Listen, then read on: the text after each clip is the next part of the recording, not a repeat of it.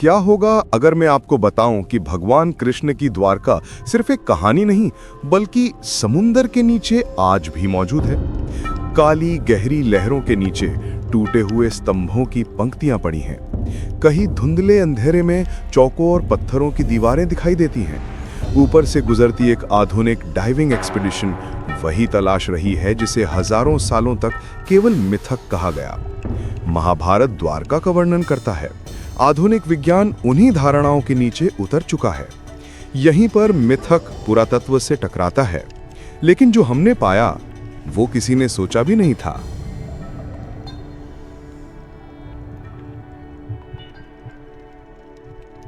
महाभारत के महायुद्ध की धूल थमने के बाद जब पृथ्वी पर हर ओर वीरानगी फैल गई थी, तब कृष्ण ने समुद्र तट पर एक नया नगर बसाया। एक ऐसा नगर जो सिर्फ ईंट पत्थरों का समूह नहीं था, बल्कि आशा, पुनर्जन्म और सभ्यता का प्रतीक बनकर उभरा। ये शहर ऊंची दीवारों से सुरक्षित था, मानो स्वयं समुद्र भी उसकी सीमा का सम्मान करता हो। इसके चमकते महल सूर्य की पहली किरण से लेकर अंतिम सांझ तक सोने सा दमकते रहते थे। कहते हैं, इन महलों की दीवारों में सोने की धूल जड़ी थी, खिड़कियों पर चांदी की नक्काशी थी और फर्श पर हीरे सी चमक पैरों को रोक लेती थी। द्वारका के मार्ग इतने सुव्यवस्थित थे कि हर दिशा एक अदृश्य ज्योमेट्री के अनुसार खुलती थी। चौड़ी सड़कों की पंक्तियां, विशाल मुख्य द्वार और दूर तक फैला वो जगमगाता नगर जहां हर घर एक रत्न की तरह चमकता था।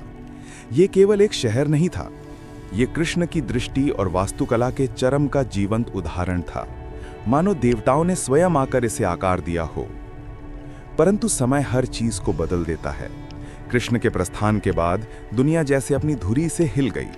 आकाश में हलचल होने लगी, हवाएं भारी हो गईं और फिर समुद्र, जो वर्षों से शांत था, अचानक उठ खड़ा हुआ। लहरें ऊंची होने लगीं, पहले तट को छूतीं, फिर उसे तोड़तीं और फिर एक दिन ऐसी प्रचंड विकरालता में आईं कि पूरी द्वारका को अपने भीतर निगल लिया। महल डगमगाए, दीवारें झुक गईं और रत्नों का शहर गहरे नीले अंधकार में डूब गया। कहते हैं, उस रात समुद्र ने सिर्फ भूमि नहीं, एक युग को भी अपने साथ ले लिया।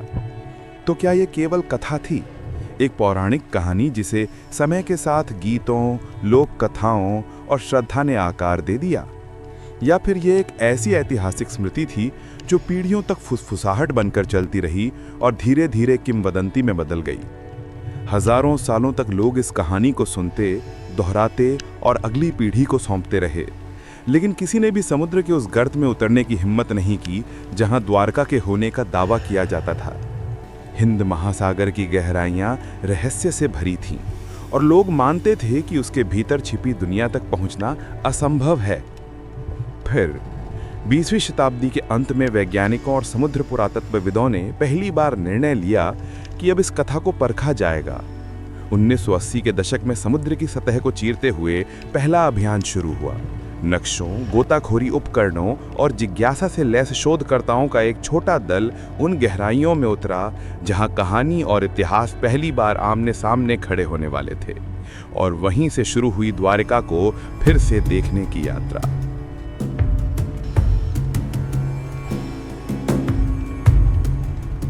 (1983) में डॉक्टर एस.आर. राव ने गुजरात के तट पर पहली अंडर वाटर एक्सप्लोरेशन शुरू की।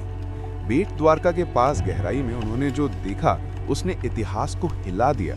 समुद्र की तह में व्यवस्थित दीवारें पड़ी थीं, पत्थरों की बनी संरचनाएं, सीधी रेखाओं में फैले प्लेटफॉर्म और ऐसे एंकर्स जो किसी प्राचीन बंदरगाह का संकेत देते थे। पुरातत्वविदों के अनुसार वहां प्राचीन स्टोन एंकर्स मिले, कई लगभग 9000 साल पुराने आंके गए। मिट्टी के बर्तनों के टुकड़े, पुराने सील्स और शहर जैसे लेआउट की शुरुआती झलकियां उभरी। सबसे बड़ा प्रश्न यही था, ये सब कितनी पुरानी सभ्यता के अवशेष हैं? Finding 1, ancient structures. समुद्र के नीचे 20 से 40 फीट गहराई पर सटीक रूप से तराशे गए स्टोन ब्लॉक्स मिले। दीवारें, चौड़ी सड़कें, पिलर्स और किसी किले जैसी मजबूत फोर्टिफिकेशंस के संकेत। Finding 2, carbon dating. Carbon dating से दो स्पष्ट परतें सामने आईं। कुछ नमूने लगभग 9000 साल पुरानी सभ्यता का संकेत दिया। कुछ आर्टिफैक्ट्स लगभग 3500 साल पुराने जो महाभारत काल से मेल खाते दिखे। मतलब एक ही जगह पर कई युगों की बस्तियां। Finding 3, marine archaeology. National institute of oceanography ने पुष्टि की कि ये संरचनाएं प्राकृतिक नहीं बल्कि मानव निर्मित हैं। सीधी रेखाएं, जियोमेट्रिक पैटर्न और प्लान्ड सिटी लेआउट जैसे साक्ष्य मिले।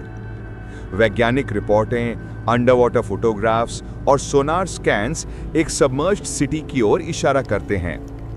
लेकिन एक सवाल अब भी अटका है, क्या ये वही द्वारका है जिसका उल्लेख महाभारत में है? इस पर वैज्ञानिक दो हिस्सों में बटे हुए हैं। Sceptical view. कुछ एक्सपर्ट्स मानते हैं कि संरचनाएं नेचुरल रॉक फॉर्मेशंस भी हो सकती हैं। ये किसी साधारण पोर्ट सिटी के अवशेष हैं। डेटिंग पूरी तरह महाभारत टाइमलाइन से मेल नहीं खाती। निर्णायक सबूत अभी नहीं है।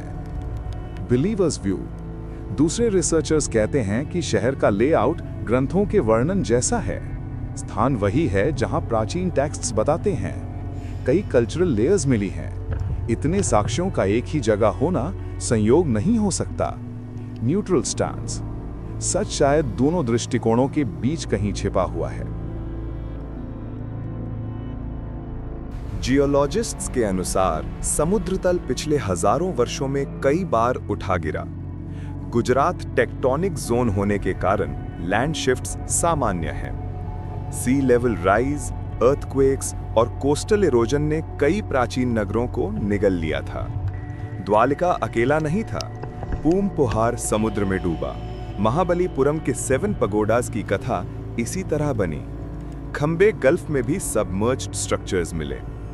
ये एक वैश्विक पैटर्न का हिस्सा है।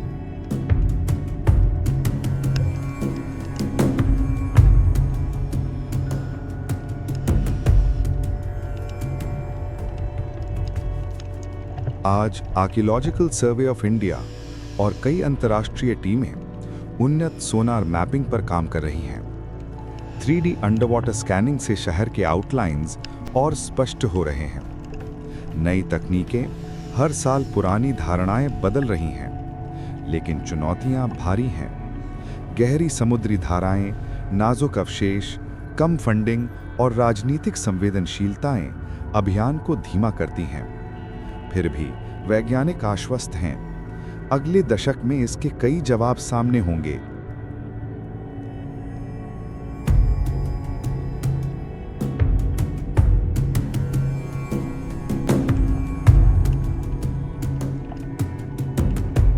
तो क्या द्वारका वास्तविक थी?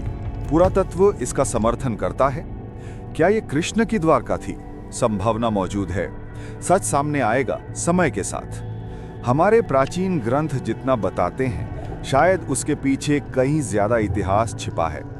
समुद्र के नीचे दबा ये नगर मानव इतिहास की कई धाराएं बदल सकता है। अगर आपको एंशिएंट इंडिया की मिस्ट्रीज पसंद है तो चैनल सब्सक्राइब करें। अगली वीडियो में रामायण से जुड़े साक्ष्यों की यात्रा जारी रहेगी।